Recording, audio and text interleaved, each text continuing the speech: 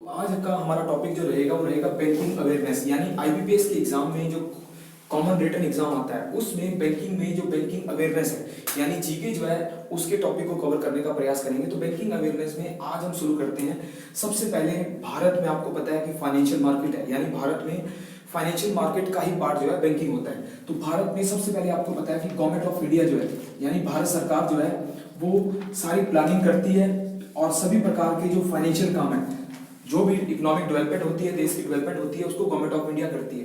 तो government of India में सबसे जो मेन डिपार्टमेंट है, हमारा मेन मिनिस्ट्री है, उसको कहते हैं मिनिस्ट्री ऑफ फाइनेंस यानी वित्त मंत्रालय। वित्त मंत्रालय जो है वो भारत की पहली और सबसे पावरफुल मिनिस्ट्री होती है जो देश में development, economic development, financial development और बैंकिंग डेवलपमेंट का काम देखती है। तो आपको पता है वित्त मंत्री जो होता है वित्त मंत्रालय में सारा कार्यभार संभालता है। तो मिनिस्ट्री ऑफ फाइनेंस के अंडर में क्या होता है, डिपार्टमेंट ऑफ फाइनेंशियल सर्विसेज यानी डिपार्टमेंट ऑफ फाइनेंशियल सर्विसेज यानी वित्तीय सेवाओं का विभाग। डीएफएस जो होता है वो मेन डिपार्टमेंट होता है जो देश में फाइनेंशियल पॉलिसीज को बनाता है। ठीक है, डीएफएस के अंदर मेनली जो है दो प्रकार की मार्केट आती है। पहला आता है कि मनी मार्केट और दूसरी आती है कैपिटल मार्केट, यानी इसको कह देते हैं मुद्रा बाजार और कैपिटल मार्केट को कह देते हैं पूंजी बाजार। तो डीएफएस जो है मनी मार्केट और कैपिटल मार्केट को देखता है, वॉच करता है। इस दोनों मार्केट के अंदर ही देश की मेन जो फाइनेंशियल एक्टिविटीज हैं वो दोनों के अंदर होती हैं। तो हम दोनों मार्केट को कवर करने का प्रयास करेंगे। सबसे पहले हम देखेंगे गवर्नमेंट ऑफ इंडिया जो है कैसे मनी मार्केट और कैपिटल मार्केट को रेगुलेट करती है। ठीक है जी, तो मनी मार्केट देख लिया हमने, कैपिटल मार्केट और गवर्नमेंट ऑफ इंडिया से देख लो आप ऊपर से। ठीक है, इसके बाद आता है जो गवर्नमेंट ऑफ इंडिया है, आपको पता है फाइनेंशियल मार्केट जो होती है, फाइनेंशियल मार्केट यानी गवर्नमेंट का फाइनेंस, जो गवर्नमेंट फाइनेंस होती है, फाइनेंस मिनिस्ट्री होती है, उस मार्केट को फाइनेंशियल मार्केट कह देते हैं। फाइनेंशियल मार्केट के दो पार्ट बताए मैंने आपको, मनी और कैपिटल मार्केट यानी मुद्रा बाजार और पूंजी बाजार। ठीक है जी, तो ये दो बाजार हैं। इन दोनों बाजारों के अंदर मैं आपको अलग अलग चीजें समझाऊंगा। पहले आता है मनी मार्केट। मनी मार्केट दो पार्ट में होती है, ऑर्गेनाइज्ड और अनऑर्गेनाइज्ड, यानी संगठित होता है और असंगठित। ठीक है जी, तो संगठित में क्या होता है, इसमें ऑर्गेनाइज मार्केट में बैंकों के बीच में ट्रेडिंग होती है, बाइंग सेलिंग होती है सिक्योरिटीज की, यानी ये शॉर्ट टर्म मार्केट है।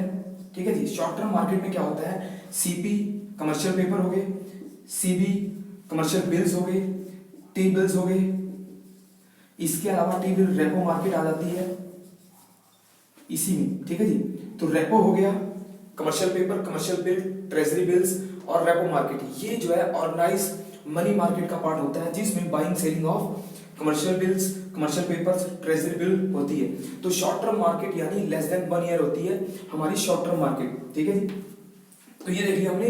तो जबकि दूसरी जो होती है अनऑर्गेनाइज, यानी अनऑर्गेनाइज ऐसी मार्केट होती है जिसको आरबीआई डायरेक्ट रेगुलेट नहीं करता, सिस्टमैटिक नहीं होती, अनरेगुलेटेड होती है। इस मार्केट में देसी बैंकर जो हैं, लोकल बैंकर जो हैं, वो आपस में एक्टिविटीज करते हैं, बाइंग सेलिंग करते हैं, मनी लेते हैं, लेंडिंग लेते हैं और बोरिंग लेते हैं। तो ये अनऑर्गेनाइज मार्केट होती है। तो मेनली हमारा कंसर्न होता है ऑर्गेनाइज मनी मार्केट से। तो क्वेश्चन आता है कि ऑर्गेनाइज मनी मार्केट को कौन रेगुलेट करता है, तो इसमें आएगा आपका आरबीआई। आरबीआई जो है ऑर्गेनाइज मनी मार्केट रेगुलेटर होता है। तो टोटल आरबीआई जो है मनी मार्केट को देखता है। ठीक है जी, तो आरबीआई जो है हमारी ऑर्गेनाइज मार्केट का रेगुलेटर है और बैंकिंग सेक्टर जो है इसी का पार्ट आता है। ठीक है जी, फिर आता है कैपिटल मार्केट। कैपिटल मार्केट होती है हमारी long term market. Long term market क्या होती है, इस मार्केट में स्टॉक एक्सचेंज होती है, यानी इस मार्केट को हम शेयर बाजार कह देते हैं, शेयर मार्केट, यानी शेयर मार्केट जो है, शेयर बाजार जो है इसी का पार्ट आती है। तो कैपिटल मार्केट जो है काफी ब्रॉड मार्केट होती है जिसमें स्टॉक एक्सचेंज, शेयर बाजार होता है और यहाँ बाइंग सेलिंग ऑफ शेयर, यानी हम इसमें शेयरों को बाय सेल करते हैं। ठीक है जी, ये जो है इंडेक्स पे चलती है, जैसे देखा होगा आपने सेंसेक्स। ठीक है जी, तो जो कैपिटल मार्केट है, इस कैपिटल मार्केट के कई और सब पार्ट होते हैं। जैसे कैपिटल मार्केट का पार्ट होता है इक्विटी मार्केट, ठीक है। इक्विटी मार्केट कह देते हैं हम अंश मार्केट, अंश पूंजी होती है, अंश शेयर होते हैं, इक्विटी मार्केट हो गया। फिर आता है बॉन्ड मार्केट, बॉन्ड मार्केट को हम कह देते हैं टाइप ऑफ शेयर होते हैं बॉन्ड मार्केट। इसके अलावा आती है कमोडिटी मार्केट, कमोडिटी को नॉर्मली हम फॉरवर्ड मार्केट भी कह देते हैं, यानी वायदा बाजार। तो कमोडिटी मार्केट होती है फॉरवर्ड मार्केट, जिसमें बाइंग सेलिंग ऑफ कमोडिटी, यानी इसमें ग्रेन हो गए, मेटल आदि सेल परचेज होते हैं, उसको हम कमोडिटी मार्केट कह देते हैं। इसके बाद आता है हमारी फ्यूचर मार्केट। फ्यूचर मार्केट में फ्यूचर कॉन्ट्रैक्ट होते हैं, फ्यूचर डेट के लिए कॉन्ट्रैक्ट होते हैं, इसको हम फ्यूचर मार्केट कह देते हैं। इसके अलावा इसमें आता है डेरिवेटिव। डेरिवेटिव जो है ये भी टाइप ऑफ शेयर होते हैं डेरिवेटिव, ये भी मार्केट जो है कैपिटल मार्केट का सब पार्ट होती है डेरिवेटिव मार्केट। इसके अलावा इसमें आते हैं डिबेंचर, डिबेंचर होते हैं, ये भी टाइप ऑफ शेयर होते हैं, डिबेंचर आदि भी बाय सेल होते हैं, ठीक है जी। इसके अलावा इस मार्केट में एक छोटा पार्ट आता है फॉरेक्स मार्केट। फॉरेक्स में बाइंग सेलिंग करेंसी होती है फॉरेक्स मार्केट। नॉर्मली फॉरेक्स को आरबीआई देखता है, जो मनी की जो वैल्यू होती है उसको कंट्रोल आरबीआई करता है, पर जो एग्रीमेंट होते हैं बाइंग सेलिंग करेंसी के वो कैपिटल मार्केट में आते हैं, ठीक है जी। तो फॉरेक्स हो गया, future market, derivative market, debenture market, ये जो है कैपिटल मार्केट के पार्ट होते हैं। तो हमने देखा है कैपिटल मार्केट ये लॉन्ग टर्म मार्केट है, यहाँ पर कैपिटल जनरेट होती है, यानी यहाँ पर कैपिटल फॉर्मेशन होता है, तो बाइंग सेलिंग शेयर होते हैं उनके द्वारा कैपिटल फॉर्मेशन नॉर्मली होता है, ठीक है जी। तो हमने जो है फाइनेंशियल मार्केट में दो मार्केट कवर की, मनी मार्केट और कैपिटल मार्केट। इसके बाद आता है हमारा बैंकिंग सेक्टर। बैंकिंग सेक्टर आपको पता है कि बैंकिंग जो है किसी भी देश के लिए बहुत ही अर्जेंट होती है। तो सबसे पहले आता है कि बैंक होता क्या है। बैंक एक ऐसा फाइनेंशियल इंस्टीट्यूशन होता है, एक ऐसा वित्तीय संस्थान होता है जो लोगों को डिपॉजिट विड्रॉ की फैसिलिटी देता है, यानी लोगों के पैसे को डिपॉजिट करता है और उनको विड्रॉ यानी उनको निकालना है, अगर जमा पूंजी को निकालना है उसकी फैसिलिटी देता है। लोगों को बोरोइंग यानी उधार लोन लेने के लिए उनको फैसिलिटी देता है। इसके अलावा ये सरप्लस मनी को मोबिलाइज करता है, यानी बैंकिंग सेक्टर जो है देश में लिक्विडिटी के लिए, मनी एक्सचेंज के लिए सबसे जरूरी इंस्टीट्यूशन होते हैं। तो बैंकिंग सेक्टर जो होता है नॉर्मली आपने देखा होगा कि एक कोर पार्ट होता है किसी भी देश की इकोनॉमिक एक्टिविटीज के लिए, बैंकिंग सेक्टर मेन है। तो बैंकिंग सेक्टर में सबसे जो ऊपर आता है वो होता है सेंट्रल बैंक। सेंट्रल बैंक जो है मेन बैंक होता है, यानी जिसको कह देते हैं हम केंद्रीय बैंक। केंद्रीय बैंक जो है किसी भी देश का सबसे इंपॉर्टेंट बैंक होता है।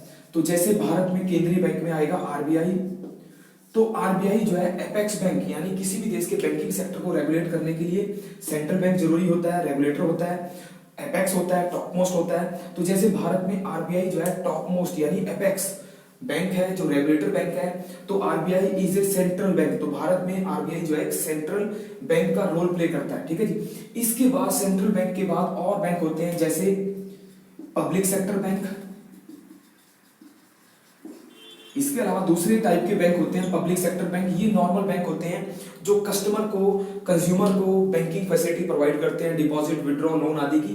तो ये नॉर्मल बैंक है, यानी पब्लिक सेक्टर बैंक ऐसे बैंक होते हैं जिनमें गवर्नमेंट स्टेक होल्डिंग होती है और पब्लिक के लिए ये काम करते हैं। तो इनको पब्लिक सेक्टर यानी मेजॉरिटी गवर्नमेंट की स्टेक होल्डिंग है, ठीक है जी। पब्लिक सेक्टर को हम कह देते हैं सार्वजनिक बैंक, ठीक है जी, हिंदी में कहते हैं सार्वजनिक बैंक। दूसरे प्रकार के बैंक होते हैं प्राइवेट बैंक। प्राइवेट बैंक होते हैं निजी बैंक। तो निजी बैंक में दो प्रकार के निजी होते हैं, एक तो इंडियन है, तो इंडियन प्राइवेट बैंक हो गए जो भारत के अपने प्राइवेट बैंक हैं। एक होते हैं दूसरे फॉरेन प्राइवेट बैंक, यानी विदेशी बैंक होते हैं, उनको भी प्राइवेट बैंक ही कहा जाता है। और भारतीय बैंक, भारतीय निजी बैंक, ठीक है जी। तो निजी बैंक हो गए और विदेशी बैंक हो गए, ये दो प्रकार के प्राइवेट बैंक होते हैं। तो पब्लिक सेक्टर के बाद प्राइवेट सेक्टर है। प्राइवेट सेक्टर वो बैंक होते हैं जिनमें प्राइवेट यानी प्राइवेट ऑनरशिप होती है, कंपनीज के ऑनर जो है प्राइवेट लोग होते हैं, इंडिविजुअल कंपनीज होती हैं। इसके बाद जो बैंक होते हैं वो होते हैं कोऑपरेटिव बैंक। कोऑपरेटिव बैंक को कहते हैं सहकारी बैंक। सहकारी बैंक ऐसे बैंक्स होते हैं जो नॉन कमर्शियल बैंक होते हैं, यानी गैर वाणिज्यिक बैंक, यानी नॉन कमर्शियल एक्टिविटीज करते हैं, गैर वाणिज्यिक सेवाएं देते हैं। पब्लिक प्राइवेट ये कमर्शियल बैंक में आते हैं, जबकि कोऑपरेटिव जो है नॉन कमर्शियल बैंक्स में आते हैं। ठीक है जी। तो कोऑपरेटिव बैंक, इसके अलावा एक बैंकिंग टाइप होता है, उसको कह देते हैं हम डेवलपमेंट बैंक, यानी विकास बैंक। डेवलपमेंट बैंक वो बैंक होते हैं जो सिर्फ डेवलपमेंट एक्टिविटीज करते हैं, यानी ऐसे बैंक जिनका काम होता है मेजर देश में इकोनॉमिकल एक्टिविटीज को, इंडस्ट्री को प्रमोट करना, एग्रीकल्चर को प्रमोट करना, लोगों को फाइनेंस यानी लोन प्रोवाइड करना, ताकि लोग जो है लोन लें और लोन लेने के बाद वो एक्टिविटीज करें, प्रोडक्शन करें, एम्प्लॉयमेंट जनरेट करें। तो ऐसे बैंकों को विकास बैंक या डेवलपमेंट बैंक कहते हैं। जैसे NABARD is a development bank, NABARD जो है डेवलपमेंट बैंक होता है। इसके अलावा सिडबी जो है एक डेवलपमेंट बैंक है, सिडबी भी डेवलपमेंट बैंक है। तो ये बैंक ऐसे हैं जो देश में डेवलपमेंट को प्रमोट करते हैं, इन बैंकों को हम कह देते हैं डेवलपमेंट बैंक। तो हमने बैंकिंग सेक्टर में सेंट्रल बैंक कवर किया, आरबीआई, पब्लिक सेक्टर सरकारी बैंक, निजी बैंक और कोऑपरेटिव बैंक, डेवलपमेंट बैंक। इसके बाद हम बैंकिंग सेक्टर में जो मेन सबसे जो इंपॉर्टेंट फंक्शन आता है, सबसे मेन जो होता है हमारा होता है आरबीआई, यानी आरबीआई का मतलब है reserve bank of India, reserve bank of India, यानी भारत का रिजर्व बैंक, भारतीय रिजर्व बैंक। तो इसके बारे में इसके बारे में चर्चा करेंगे। आपको बताऊंगा कि रिजर्व बैंक जो है कैसे काम करता है।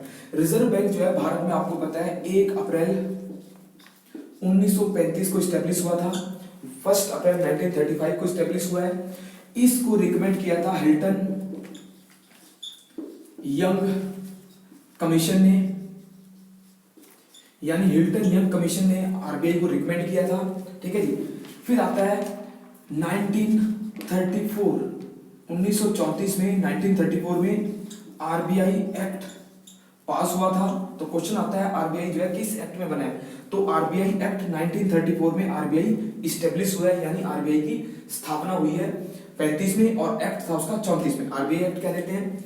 फिर क्वेश्चन आता है फर्स्ट गवर्नर, पहला गवर्नर आता है ऑसबॉर्न स्मिथ, यानी ऑसबॉर्न स्मिथ जो है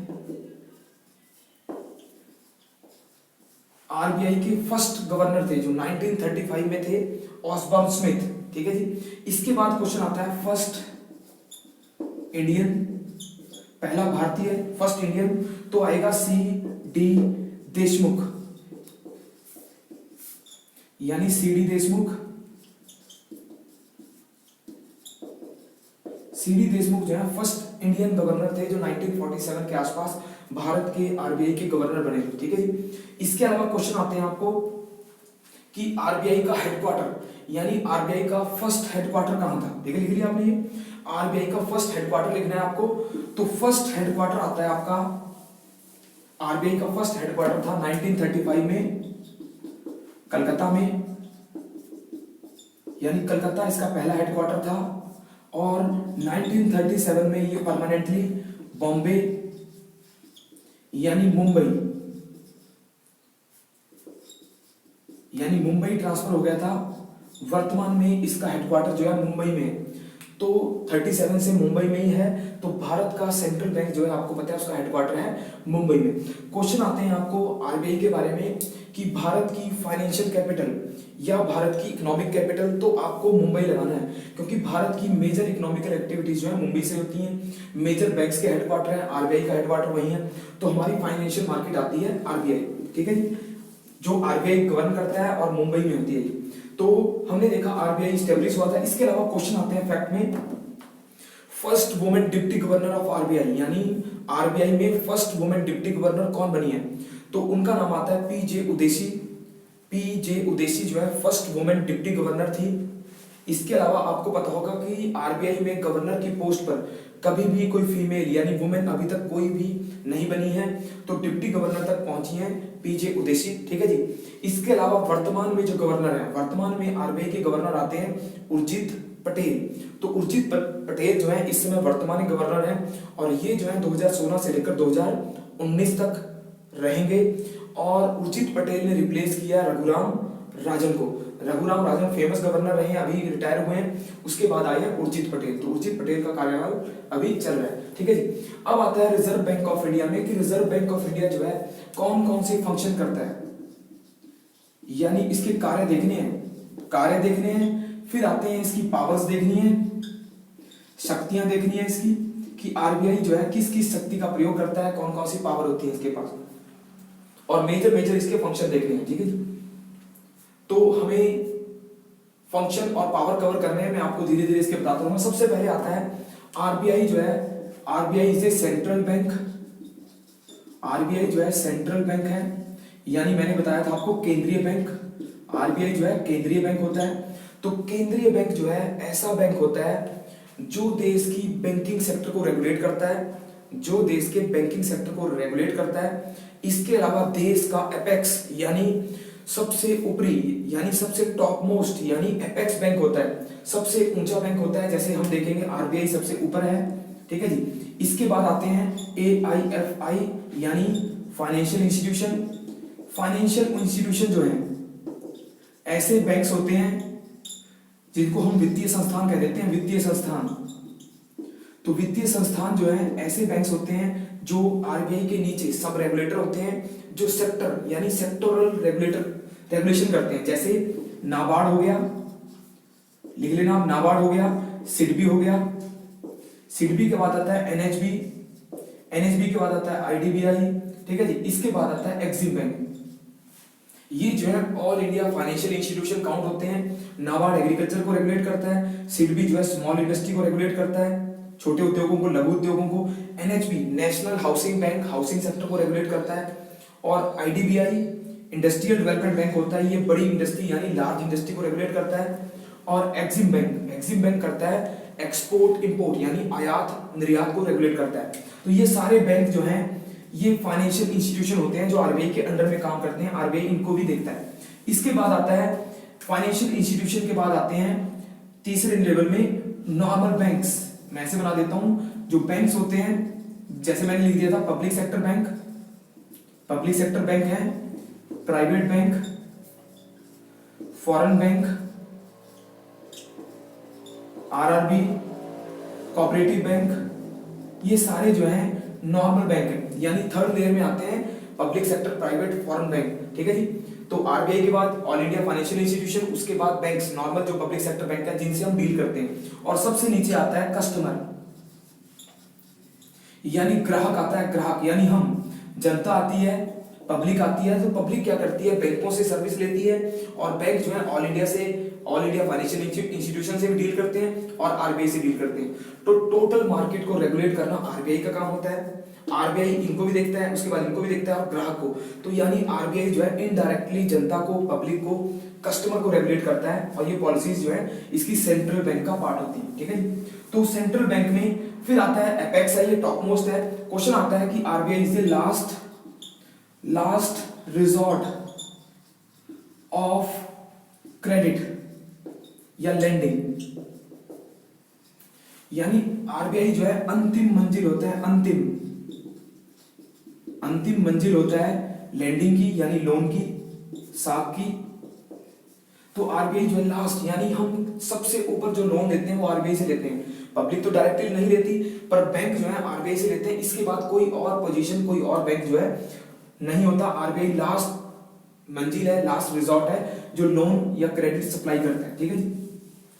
तो क्रेडिट को देखना लास्ट में सेंट्रल बैंक का काम है, सारी मॉनेटरी पॉलिसी को देखना इसका काम है। सेंट्रल बैंक होने के नाते जो है आरबीआई मॉनेटरी पॉलिसीज बनाता है और क्रेडिट पॉलिसीज बनाता है, यानी मौद्रिक नीति और साख नीति, ये जो है इसकी सेंट्रल बैंक की ड्यूटी के रूप में आती है। तो RBI is a monetary authority, credit authority. तो भारत में क्वेश्चन आते हैं कि मॉनेटरी पॉलिसी कौन इश्यू करता है, तो आपको कहना है आरबीआई जो है मॉनेटरी अथॉरिटी है, क्रेडिट अथॉरिटी है।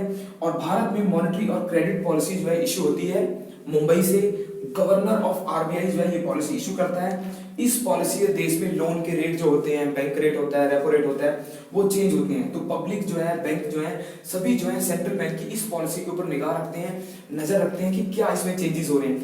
हमें भी इसके लोन का जो प्रभाव पड़ता है, यानी अगर ये लोन सस्ते करते हैं तो पब्लिक को सस्ते लोन जो है मॉनेटरी और क्रेडिट पॉलिसी में मिलते हैं। ठीक है जी। तो सेंट्रल बैंक के रूप में इसका काम होता है मॉनेटरी और क्रेडिट पॉलिसी बनाना। इसके बाद आता है RBI is a banker's bank. RBI जो है बैंकर्स बैंक होता है, यानी बैंकों का बैंक। तो यानी जैसे मैंने देखा कि बैंक जो है आरबीआई से रूल लेते हैं और कस्टमर को आगे सर्विस देते हैं। तो बैंकों को रेगुलेट करना, टोटल बैंकिंग सेक्टर रेगुलेटर जो है आरबीआई होता है। बैंकिंग सेक्टर रेगुलेटर में आता है कि आरबीआई जो है बैंकों को लाइसेंस इशू करता है, उनको लाइसेंस देता है, ब्रांच लाइसेंस होते हैं, उनको न्यू बैंक लाइसेंस देता है, प्राइवेट बैंक लाइसेंस देता है, पब्लिक सेक्टर बैंक लाइसेंस देता है। जैसे आजकल अभी देखा होगा आपने पोस्ट इंडिया, यानी इंडिया पोस्टल बैंक जो है, पोस्ट बैंक को ऑथराइज किया है, उसको लाइसेंस मिला है। इसके अलावा प्राइवेट में देखोगे आप बंधन बैंक को लाइसेंस मिला है। बंधन बैंक के अलावा आपने देखा होगा आईडीएफसी को लाइसेंस मिला है। तो ये लाइसेंस जो है आरबीआई की बैंकर्स बैंक में आते हैं।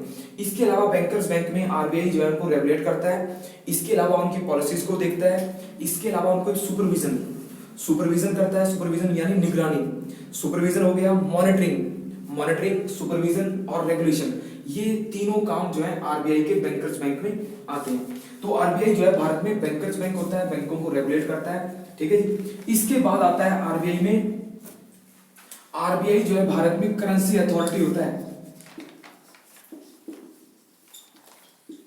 यानी करेंसी अथॉरिटी का मतलब होता है, यानी जो हमारी मुद्रा होती है, या हमारे नोट होते हैं, या हमारी मनी होती है, तो मनी को रेगुलेट करता है। हमारी मनी के लिए रेगुलेशन देता है, उसको प्रिंट करता है, उसको देश में इशू करता है। तो क्वेश्चन आते हैं करेंसी अथॉरिटी में। आरबीआई जो है भारत में लीगल टेंडर मनी अथॉरिटी है, यानी भारत में लीगल टेंडर मनी इशू करता है। ये जो भारत में आपने नोट देखे हैं, तो नोट हमने देखे हैं 1 रुपए से लेकर 1000 रुपए तक के नोट होते हैं। 1 रुपए से लेकर 1000 रुपए तक के नोट होते हैं। 1 रुपए का नोट जो है ये आरबीआई के पास नहीं आता, ये आता है मिनिस्ट्री ऑफ फाइनेंस में, वित्त मंत्रालय में। मैंने बताया था आपको डीएफएस था, डिपार्टमेंट ऑफ फाइनेंशियल सर्विसेज, ये इसको प्रिंट करता है 1 रुपए के नोट को, और इसके ऊपर सिग्नेचर होते हैं फाइनेंशियल सेक्रेटरी के। ठीक है जी। बाकी 2 रुपए से लेकर अगर चले हम, तो 2 रुपए से लेकर 1000 तक के सारे नोट जो है आरबीआई द्वारा प्रिंट होते हैं।